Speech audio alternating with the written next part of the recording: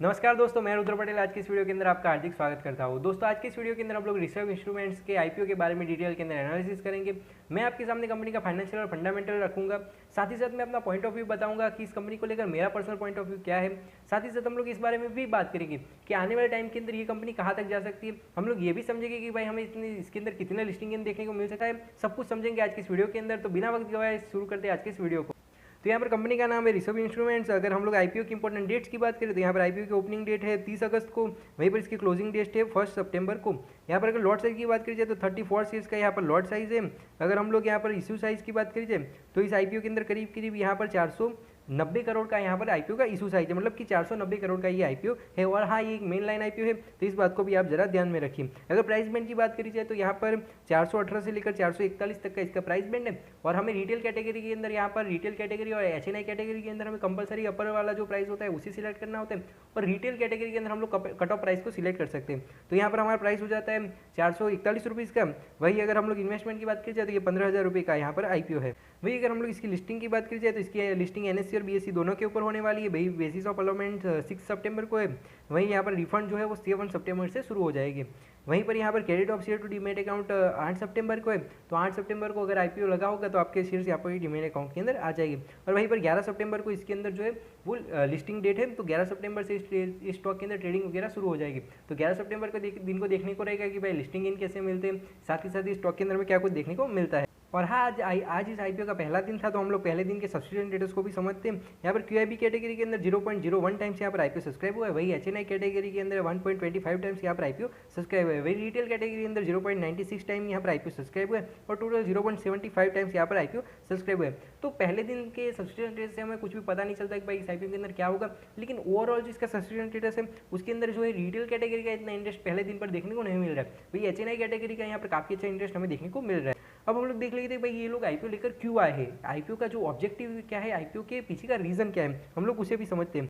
Reserve instrument plans to utilise the raise capital from IPO to fund the expenses of the Nashik manufacturing factory.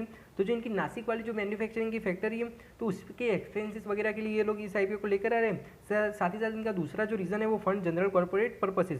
तो यहाँ पर अपने दूसरे जो जनरल कॉर्पोरेट पर्पसेस होते हैं, जैसे कि भाई कोई बोरोइंग वगैरह है, कोई डेट वगैरह है, उसे चुकाना है, या तो फिर कोई एम्प्लॉयज़ को सैलरी वगैरह देनी है, या तो फिर कंपनी को चलाने के लिए काफ़ी सारे खर्चे वगैरह रहते हैं। तो उसके लिए भी इन लोगों का यही आईपीओ लेकर ये लोग आए हैं। अब कंपनी के फाइनेंशियल स्टेटमेंट को समझते हैं कि भाई इनके रेवेन्यू, प्रॉफिट, बोरोइंग, एसेट्स वगैरह, लाइबिलिटी वगैरह क्या है। तो अगर रेवेन्यू की बात की जाए तो रेवेन्यू के अंदर ईयर ऑन ईयर काफ़ी अच्छा ग्रोथ देखने को मिला है। 2021 के अंदर इनकी जो रेवेन्यू थी वो 389 करोड़ की थी।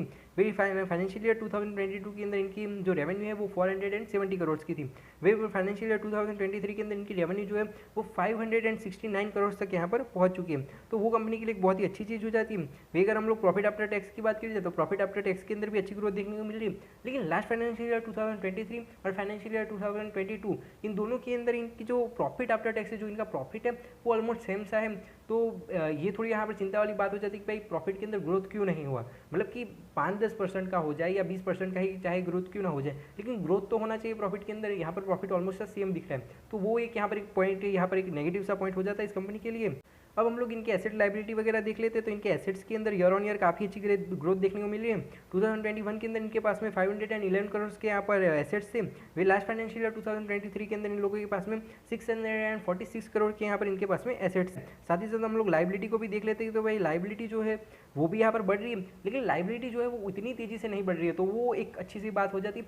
लेकिन यहाँ पर लाइबिलिटी का बढ़ना भी एक मतलब कि थोड़ा सा यहाँ पर रेड सिग्नल या रेड इंडिकेटर जैसा हो जाता है। लेकिन जो स्मॉल कैप कंपनियां होती हैं उनके अंदर डेट वगैरह रहते हैं, बोरोइंग वगैरह रहती है, तो लाइबिलिटी भी रहती है। तो मतलब ये कोई इतनी बड़ी भी कोई इशू वाली बात यहाँ पर नहीं है। तो बस यही कुछ बातें थी जो मुझे इस आईपीओ के बारे में आपको बतानी थी। अब मैं मेरे पर्सनल पॉइंट ऑफ व्यू की बात करूँ तो लॉन्ग टर्म के विजन के साथ अगर आप इस आईपीओ के अंदर अप्लाई करो, भाई मैं इस आईपीओ के अंदर अप्लाई कर दूंगा, इस कंपनी के अंदर लॉन्ग टर्म के रहूँगा, तो मेरा पर्सनल ओपिनियन यहाँ पर यही है कि इस कंपनी के अंदर आपको लॉन्ग टर्म का विजन नहीं रखना चाहिए।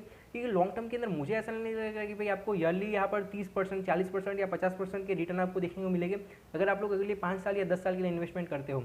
मेरा पर्सनल ओपिनियन जो है वो तो मैं पर्सनली अगर इसके आईपीओ के अंदर अप्लाई करूँगा तो सिर्फ और सिर्फ लिस्टिंग गेन के लिए करूँगा, और वो भी आखिरी दिन का सब्सिडेंट स्टेटस और पहले 2 दिनों का सब्सिडेंट स्टेटस को देखकर ही मैं इस आईपीओ के अंदर अप्लाई करूँगा।